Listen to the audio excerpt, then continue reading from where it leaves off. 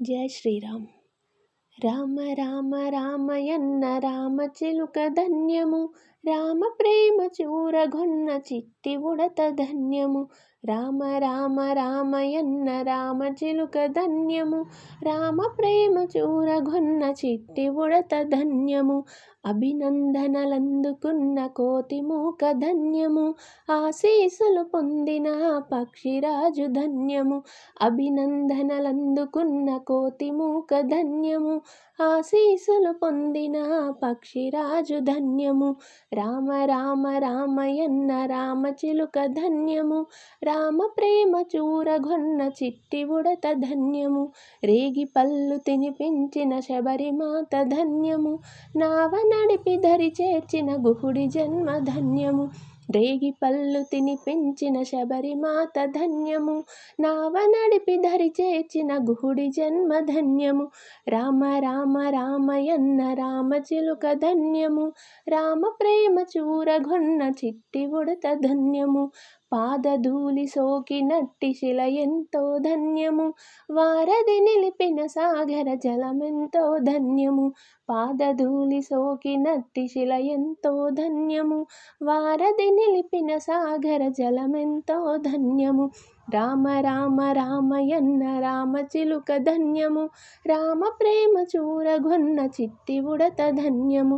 మధురాతి మధురం రెండక్షరాల మంత్రము, సత్యధర్మమూర్తిత్వము రాముని అవతారము. మధురాతి మధురం రెండక్షరాల మంత్రము, సత్యధర్మమూర్తిత్వము రాముని అవతారము.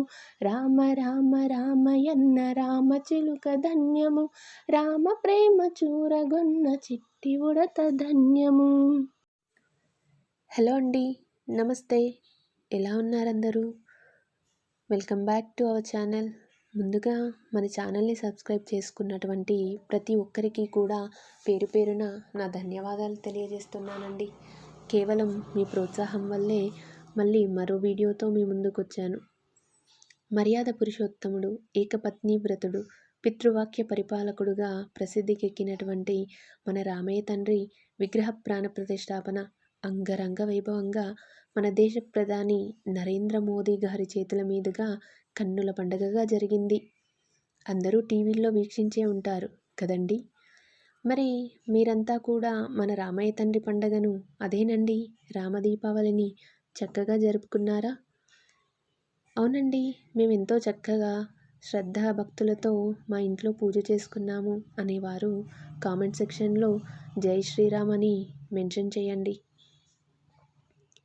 అవునండి, ప్రధాని గారంటే గుర్తొచ్చింది. మన మొదటి వీడియోలో ప్రధాని గారిని గురించిన ఒక మాట చెప్పాలి అనుకున్నాను.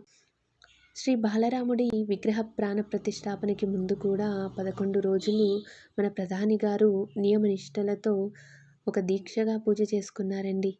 ఈ 11 రోజుల పాటు కూడా ప్రధాని గారు కేవలం కొబ్బరి నీరు స్వీకరిస్తూ నేలపైనే నిద్రించారంట. ఇంతకీ మీరు పెట్టిన థంబ్నెయిల్ ఏంటి, మీరు చెప్పేదేంటి అని చిరాకు పడకండి. మరి ఇక మన కంటెంట్లోకి వద్దాం. శ్రీ బాలరాముడి విగ్రహ ప్రాణ ప్రతిష్టాపన జరిగిన రోజు ద్వాదశి. అభిజిత్ ముహూర్త శుభ సమయాన విగ్రహ ప్రాణ ప్రతిష్టాపన జరిగింది. అది ఎంతో శుభకరమైన సమయం. ఇటువంటి శుభ సమయాన వారి వారి ఇళ్లల్లోనూ శుభాలు కలగాలని ఎంతోమంది మంచి పనులకి శ్రీకారం చుట్టే ఉంటారు. అందులో ఒకటి రామకోటి రాయటం ప్రారంభించడం అయితే, మరొకటి సుందరాకాండ పారాయణ ప్రారంభించటం. మరి రామకోటి రాయాలి అని సంకల్పించుకున్నప్పుడు రామకోటి రాయటానికి నియమాలేమిటి, ఎలా రాయాలి, ఏ సమయంలో రాయాలి, ఏ వయస్సు వారు రాయాలి అని ఇలా ఎన్నో సందేహాలు కలుగుతాయి. మరి వీటన్నింటినీ గురించి ఒక్కొక్కటిగా తెలుసుకుందాం. కొంతమంది శ్రీరామనవమిన మొదలుపెట్టి మళ్ళీ శ్రీరామనవమి నాటికి రామకోటి పూర్తి చేయాలని సంకల్పంగా తీసుకుంటారు. మరికొందరైతే రామకోటి పూర్తయ్యే వరకు మాంసాహారం తినకుండా ఉండాలని నియమంగా పెట్టుకుంటారు. ఎవరి సంకల్పం వారిది. రామకోటి రాయాలని సంకల్పించుకున్నప్పుడు కొన్ని నియమాలని మనకు మనంగా పాటించాలండి. ఏదో మొక్కుబడిగా, కష్టంగా కాకుండా ఎంతో శ్రద్ధతో, భక్తితో, ఏకాగ్రతతో రాయాలండి. ఇక రామకోటి ఏ సమయంలో రాయాలి అనే సందేహం మనందరిలో ఉంటుంది. ఒక మంచి పనిని ప్రారంభించాలి అనుకున్నప్పుడు దానికి సమయం అంటూ అవసరం లేదండి.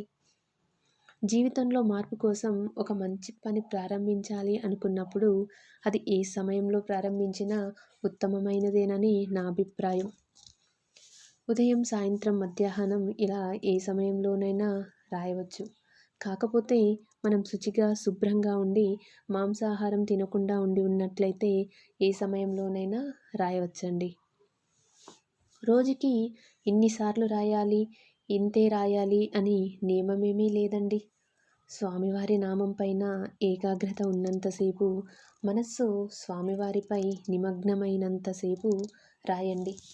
అది 5 సార్లే అయినా పర్వాలేదు, 10 సార్లయినా కూడా పర్వాలేదు. కానీ చాలా చక్కగా, ఏకాగ్రతగా, శ్రద్ధగా రాయాలండి.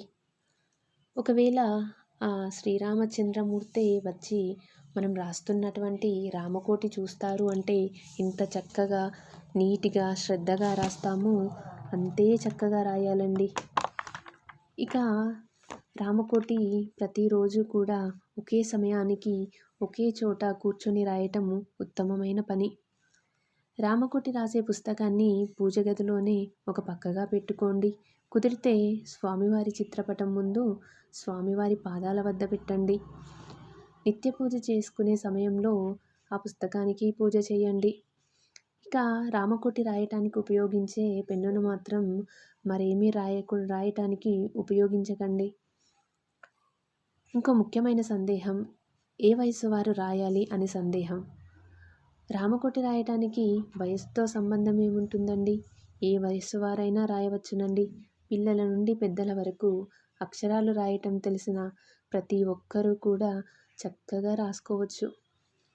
కుదిరితే మీరు రాయటమే కాదు, మీ పిల్లల చేత కూడా రామకోటి రాయించండి. కొన్ని రోజుల్లో వారిలో మార్పుని మీరే గమనిస్తారు.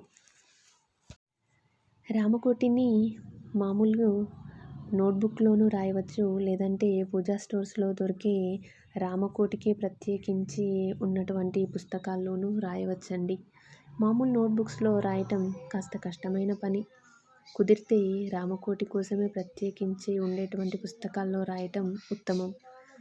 మరి పూర్తయినటువంటి రామకోటి పుస్తకాలను ఏం చేయాలి అనేది మరో సందేహం. రామకోటి పూర్తయినటువంటి పుస్తకాలను భద్రాచలం, అయోధ్య లేదా రామనామ క్షేత్రం అని గుంటూరులో ఉందండి. ఇటువంటి రాములవారి క్షేత్రాల్లో సమర్పించండి, చక్కగా స్వీకరిస్తారు. రామకోటి రాయటం పూర్తయినటువంటి పుస్తకాలని పూజ గదిలోనూ భద్రపరుచుకోవచ్చు. అవి మన ముందు తరాల వారికి రామకోటిని గురించి తెలియజేస్తాయి. కాకపోతే పూర్తయినటువంటి పుస్తకాలను భద్రాచలం, అయోధ్య వంటి రాములవారి క్షేత్రాల్లో సమర్పించటమే ఉత్తమం. వీడియోలో మధ్య మధ్యలో వినిపించినటువంటి శబ్దాలకి క్షమించండి. Thank you for watching.